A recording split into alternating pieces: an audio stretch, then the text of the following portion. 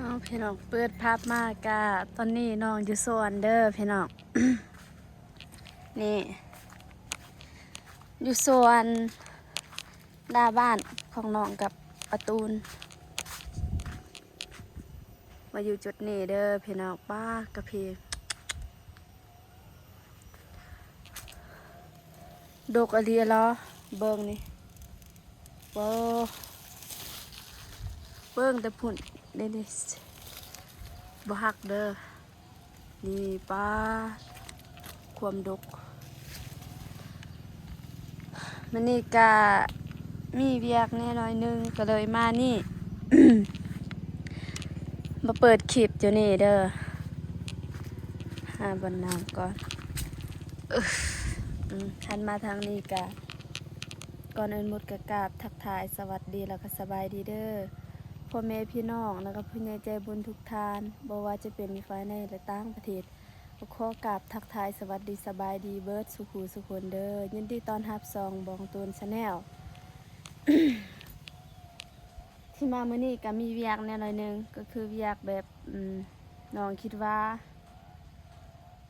น้องสิหายทงแล้วก็สิปลูกผักแนวกินนั่นแหละแล้วก็คิดว่าสิปลูกในทุเรียนก็คือในทุเรียนที่น้องกับไอตูนซื้อมานั่นแล้วก็กินมานั่นหั่นนะน้องได้เก็บในไว้เก็บแล้วก็ตากไว้แต่ว่าตอนนี้ในหันมันแห้งแล้วก็เลยคิดว่าสิไปปลูกก็คือลองปลูกเป็นครั้งแรกเลยบ่ฮู้ว่าสิเกิดหรือบ่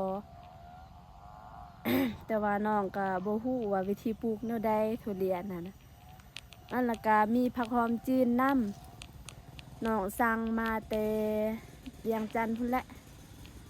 น้องสั่งมาผักหอมจีนแล้วก็สิปลูกอันนั้นน้ำแล้วก็สิปลูกมักพริกน้ำก็คือมักเผ็ดนั่นแหละก็คือรุ่นเดียวกันที่น้องปลูกสุดก่อนแต่ว่าอันปลูกสุดก่อนแมนจะสูงไว้แต่ว่ารุ่นนั้นยังต่ำแต่ว่าน้องก็เลี้ยงไว้แต่ว่าตอนนี้สูงแล้วแล้วก็เลยน้องก็เห็นว่ามันสูงแล้วก็เลยคิดเพียนว่าสิไปปลูกต่อเนี่ยนี่แหละแต่ว่าบ่มีโครง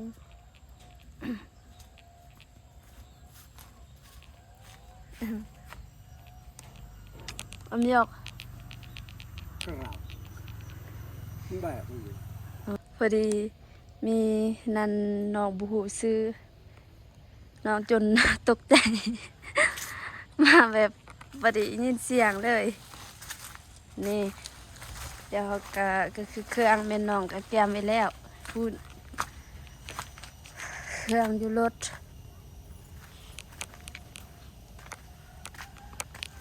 เดี๋ยวน้องก็สิมาเอาเครื่องนี่เด้อพี่น้องอันนี้แม่น้องสั่งไว้มีแต่ว่าจะน้อยสิแกะให้พ่อแม่พี่น้องเบิ่งนำกันว่าแม่นยังอันนี้ในทุเรียน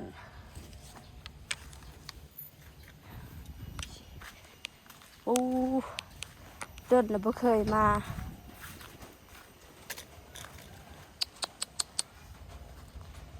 งามอีหลีพี่น้องเอ้ยอันนี้หัวสิไข่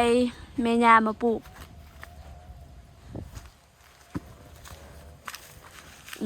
ตามเบิ่งนี่โอ้ความงามพี่น้องก็เป็นแนวนี้เลยโอ้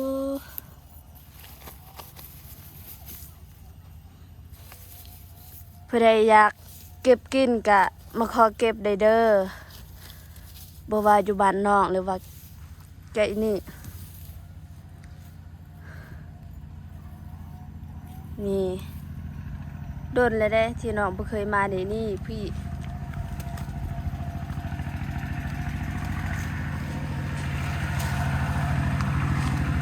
รุ่นนี้ที่น้องยังจงไว้หั่นงามแล้วนี่น้องยังจงไว้นี่แม่นรุ่นนี้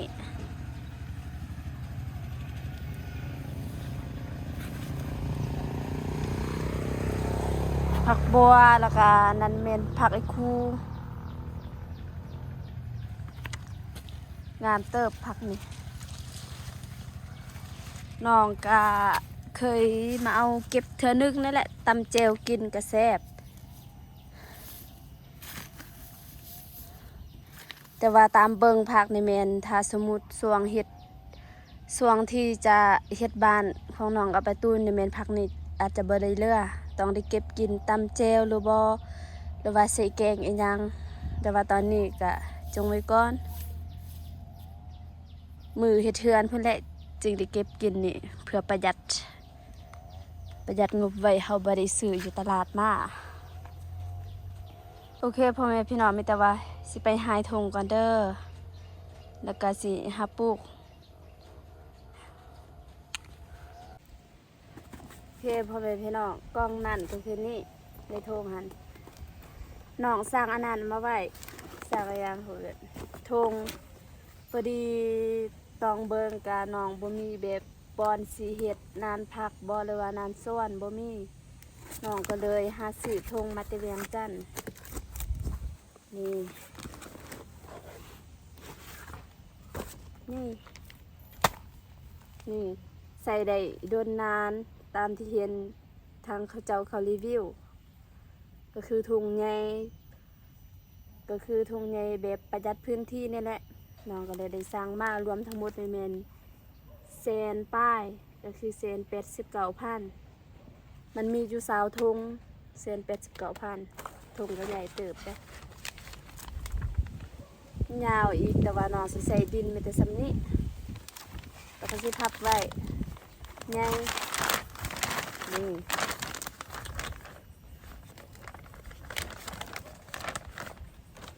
พับไว้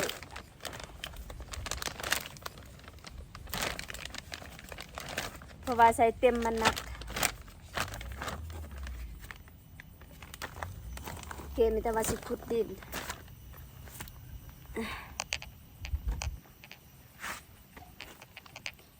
น้องไปขุดสุดก้อนก็อยู่เขตนี้แหละดินเราหาขุดเอา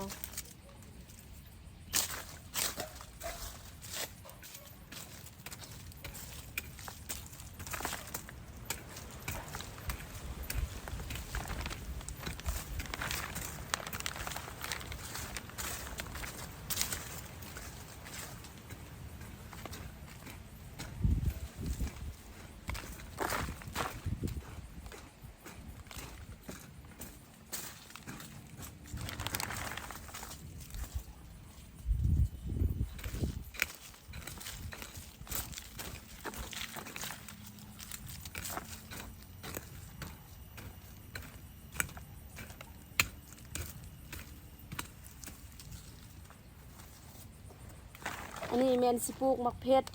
แล้วก็สิปลูกผักหอมจีนแต่ว่าทงที่น้องสิปลูกอันนั้นแม่น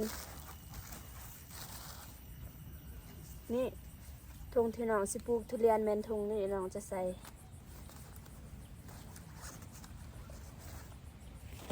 หายทงนี้ก่อน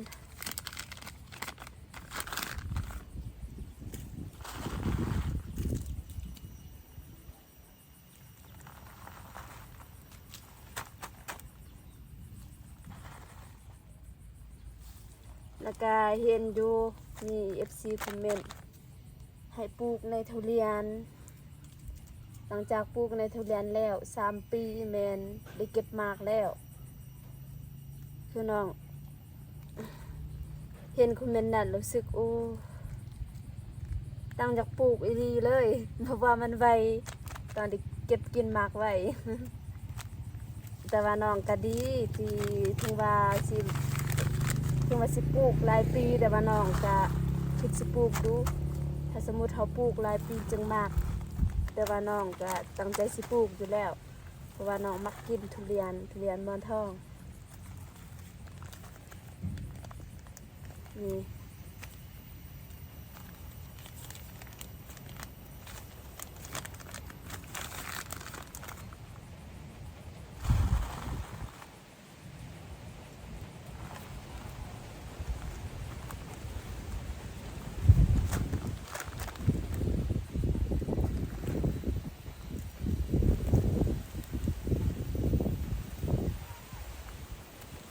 3 ถุงแล้ว แล้วก็มีทางเบอร์เจ้าของห้านเบอร์เจ้าของห้านไปรษณีย์ก็คือฝากเครื่องแต่ไทยบ่ว่าแต่ไทยแล้วก็ต่างประเทศอีหยังนี่ฝากเครื่องห้านนั้นได้ก็คือห้านที่น้องไปฝากกาแฟให้ทางผู้ใหญ่อยู่ฝั่งไทยหั่นน่ะแม่นห้านนั่นเจ้าของห้านเพิ่นโทรหาน้องแต่เช้า3 สายแต่ว่าน้องบ่ได้รับก็คือบ่ได้ยิน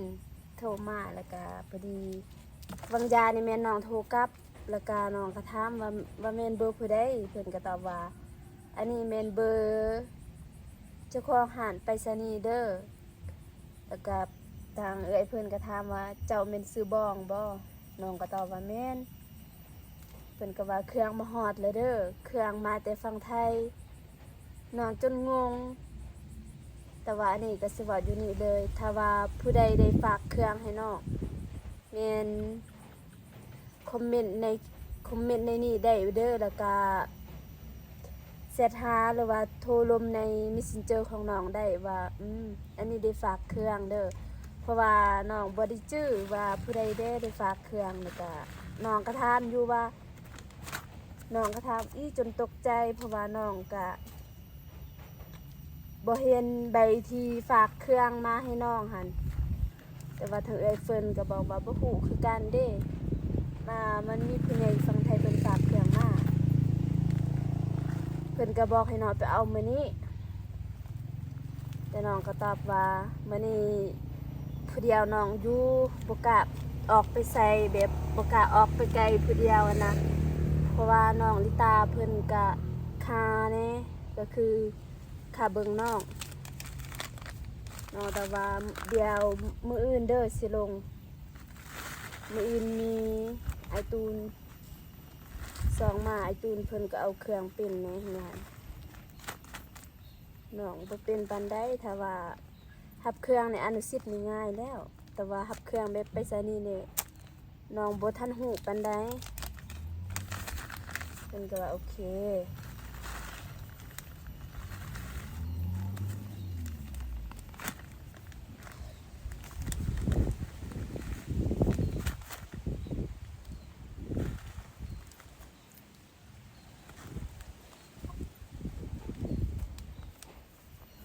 รวมจำนวนแม่น6 ถุงแต่ว่าในทุเรียนน้องบ่ฮู้ว่ามีจักในก็แม่นแก่นก็แม่น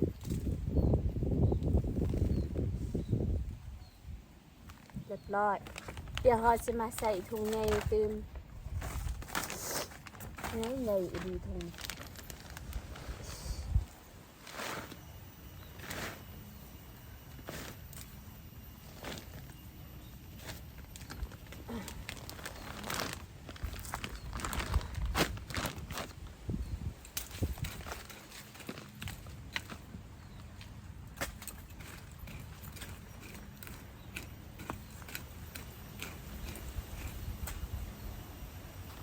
มื้อนี้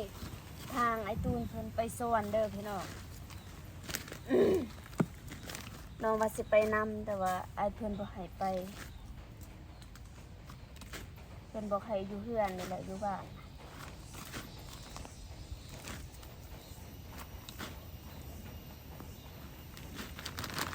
โอเค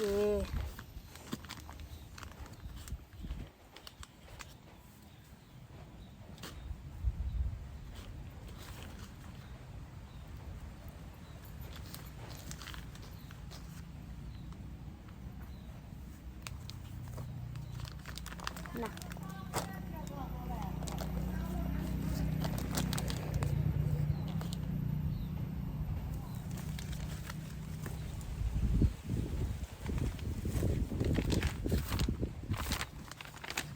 จำได้แล้วจำ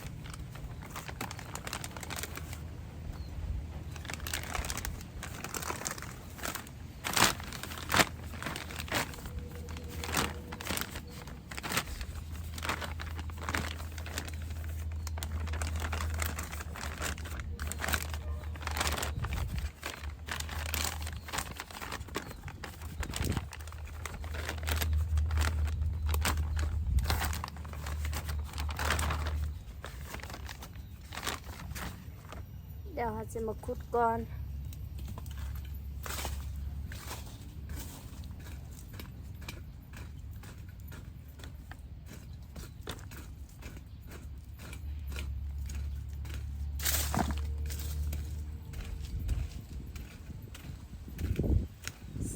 ใส่ดินลายนี่ทงใหญ่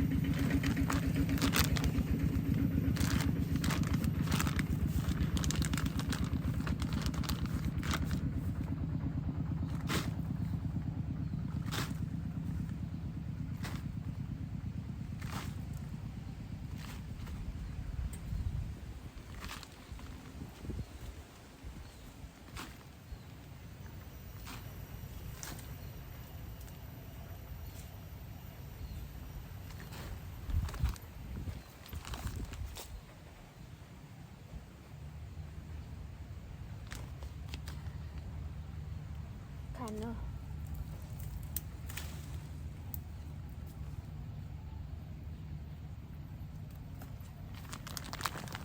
ได้ละ2 ถุงมีแต่ว่าสิถ่ายเป็นระยะเอาเดินเนาะสิหยุดก่อนแล้วก็สิถ่ายแบบว่าถ้าหายถุงแล้วก็สิถ่ายตืมแล้วก็สิถ่ายตอนปลูกอีกโอเคพ่อแม่พี่น้องให้ได้ซ้ำนี่ฝนตก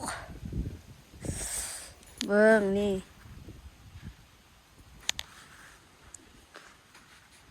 ท้องฟ้านี่โอ้ยฝนตกเดี๋ยวน้องกะสิยกนี่ไว้แล้วก็สิมาเอาอันนั้นในทุเรียนแล้วก็ในบุเมนในทุเรียนแล้วก็กกมะเฟืดน้ำต้นมะเฟืดนี่แหละสิมาปลูกอยู่นี่บอนตั้งนี่คือซีเมนต์ตั้งอยู่จุดนี้แหละแล้วน้องก็สิหาอนามัยกวาดแล้วก็เฮ็ดที่ดินให้มันเพียงแล้วก็น้องก็สิตั้งทุ่งไว้ตอนนี้ก็ฝนตกลมพัดเฮ็ดเดี๋ยวจะหน่อยน้องสิปลุกคืนโอเคในระหว่างเราถาฝนจะตกก็สิเอาผ้าบัดนี่มาปกไว้ก่อน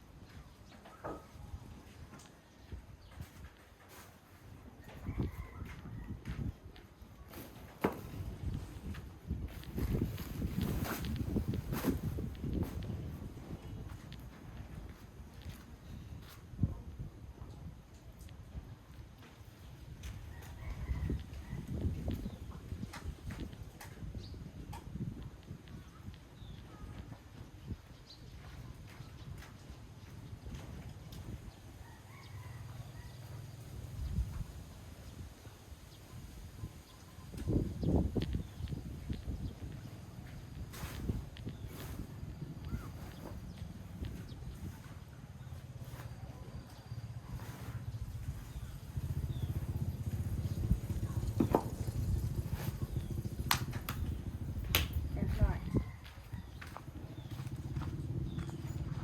เคพ่อแม่พี่น้องตอนนี้ก็น้องก็ย้ายทงแต่พุ่นมาพี่เป็นทีเรียบร้อยแล้ว ก็คือไก่ติดนี้ แต่ว่าบ่ติดกันไก่กันซื่อๆไม่ได้ว่าสิต่างกองแล้วก็สิปลูกประหอมจีนก่อนเรียบร้อย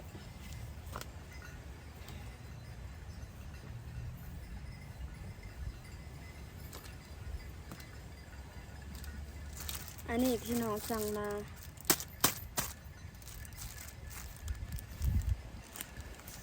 เดี๋ยวน้องสิแกะเบิ่งอันนี้มัน98,000เกือบเป็นแสน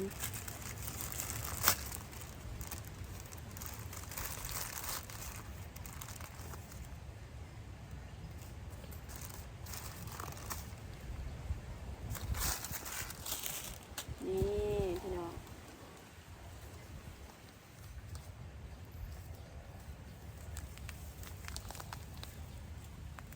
มานี่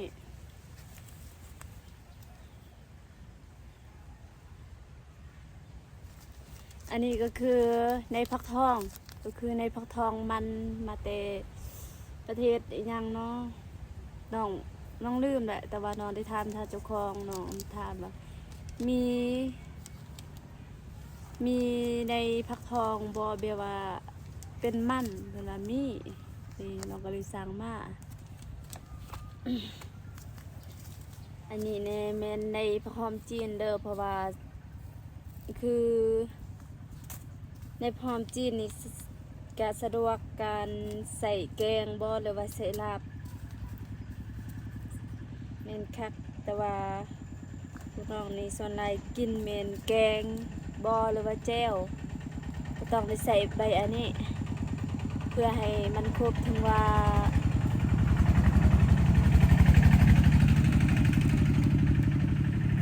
เฮาสิบ่ได้ใส่สิ่งก็ตามแต่ว่าเฮาใส่นี่เดี๋ยวสิปลูกอันนี้ก่อนปลูกบ่เบิดดอกพี่น้องตาจงไว้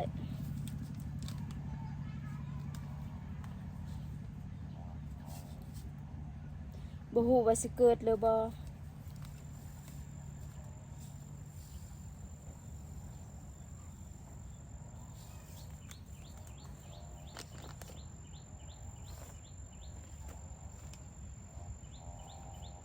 ปลูกตรงอันนี้ซะ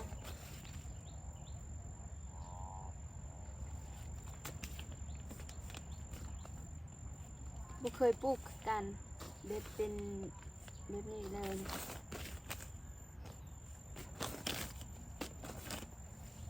มันสิมาโหยไว้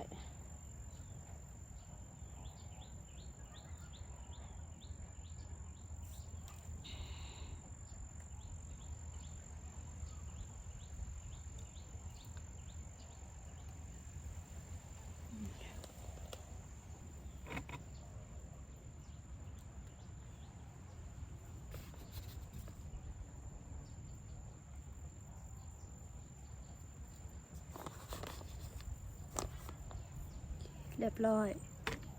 ก็เอาดินมาใส่ขึ้นมาลุ้นนำกันเด้อว่าจะรอดบ่ในวันใด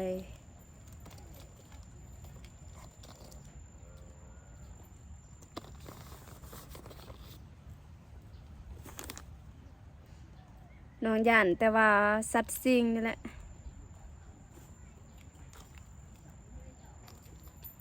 อย่างอื่นบ่ย่านเพราะว่าน้องก็บ่ได้เฮ็ดหัวเรียบร้อยแล้วก็จากนั้นเฮาสิมาปลูกทุเรียน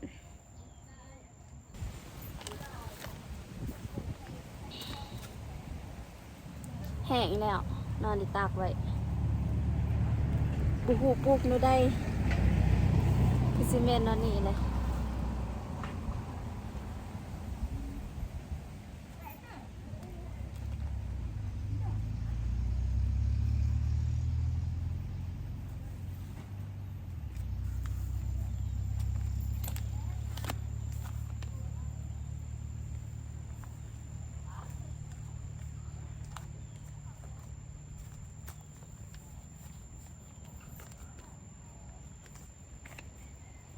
นี่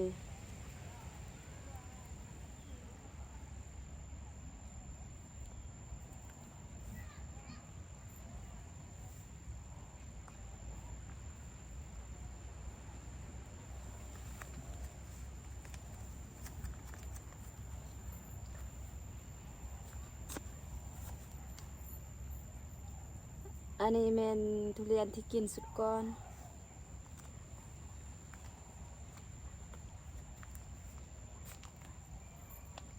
รวมทั้งหมดมี6ถุง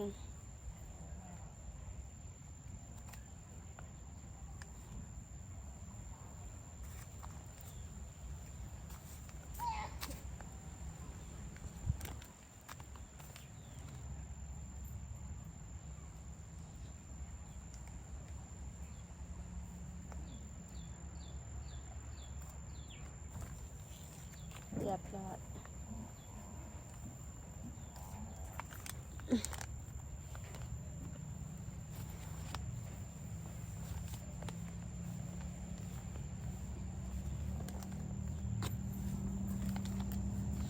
มีอันไว้อยู่กลางยานเสียอืม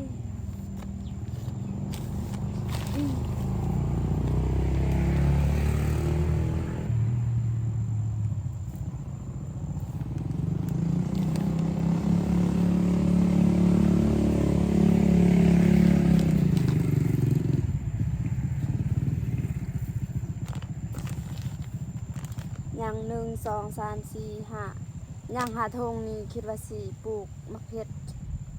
แต่ว่าสิปลูกธงหนึ่งต่อกกหนึ่ง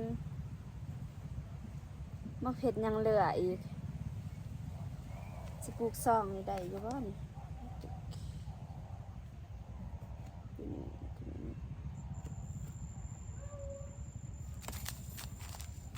อันนี้จะปลูกไว้ปีหน้าปีเนอถ้าว่ายังอยู่ดีไม่แห้งอันนี้แม่นสิปลูกปีหน้าถ้าเบิ่งนำกันพี่น้องว่าเป็นแบบใดกับอันนี้นำอันนี้ก็มีไว้แบบมีไว้ดินนั่นแหละถ้ามีดินแล้วก็มีธงแบบนี้แล้วก็มีบอนป่าในแม่น้องก็จะปลูกปีนี้แต่ว่าถ้าบ่มีในแม่น้องจะปลูกปีหน้าเด้อถ้าปีหน้าแม่น้องอาจจะสะดวกแน่โอเคพ่อแม่พี่น้องมีแต่ว่าสิหยุดคลิปซ้ำนี้ก่อนแล้วเนาะสิมาเอา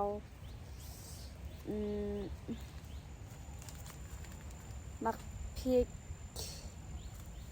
แล้วก็สิมาปลูกอยู่นี่มาแล้วพี่น้องนี่น้องมาเอาสูงแล้ว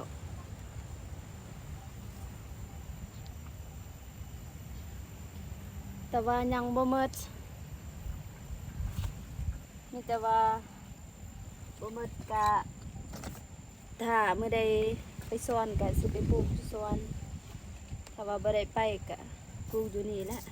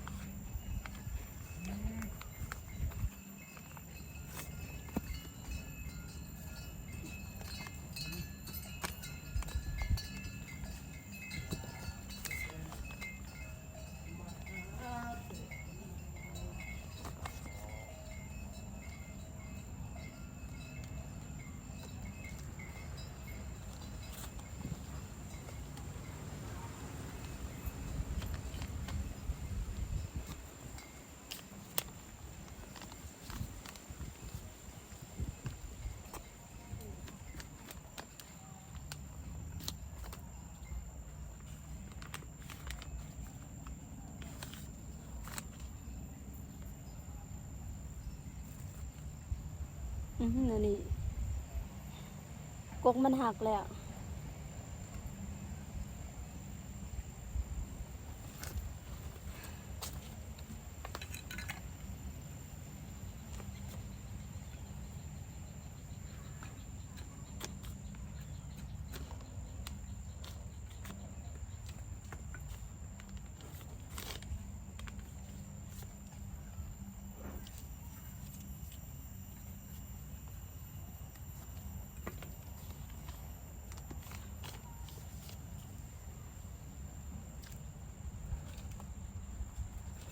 โอเค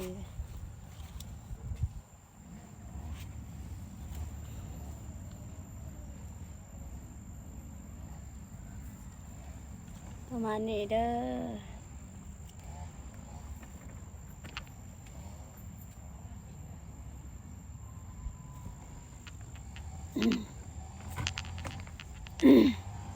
เรียบร้อยพี่น้อง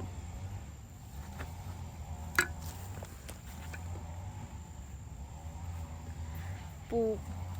ผักมื้อนี้ก็เป็นที่เรียบร้อยบ่ฮู้ว่าสิรอดหรือบ่มีแต่ว่าลุ้นเบิ่งนำกันนี่แหละพี่น้องฝนสิตกอีกแล้วโอเคพี่น้องสำหรับคลิปนี้ก็บ่มีหยังหลายมีแต่ว่าพาพ่อแม่พี่น้องมาเบิ่งวิธีปลูกผักของน้องเป็นแบบใดคือแบบนี้เด้อพี่น้องเด้อเดี๋ยวเรามีแต่ว่าสิจบคลิปมีเพียงเท่านี้มาพอกันคลิปหน้าคลิปนี้น้องขอกล่าวคำว่าสบายดีเด้อสิมาเฮือนนี่แหละมือเฮือนนึ่งข้าวนึ่งน้ำตอนนี้ก็ฮอดชั่วโมงนึ่งข้าวนึ่งน้ำแล้ว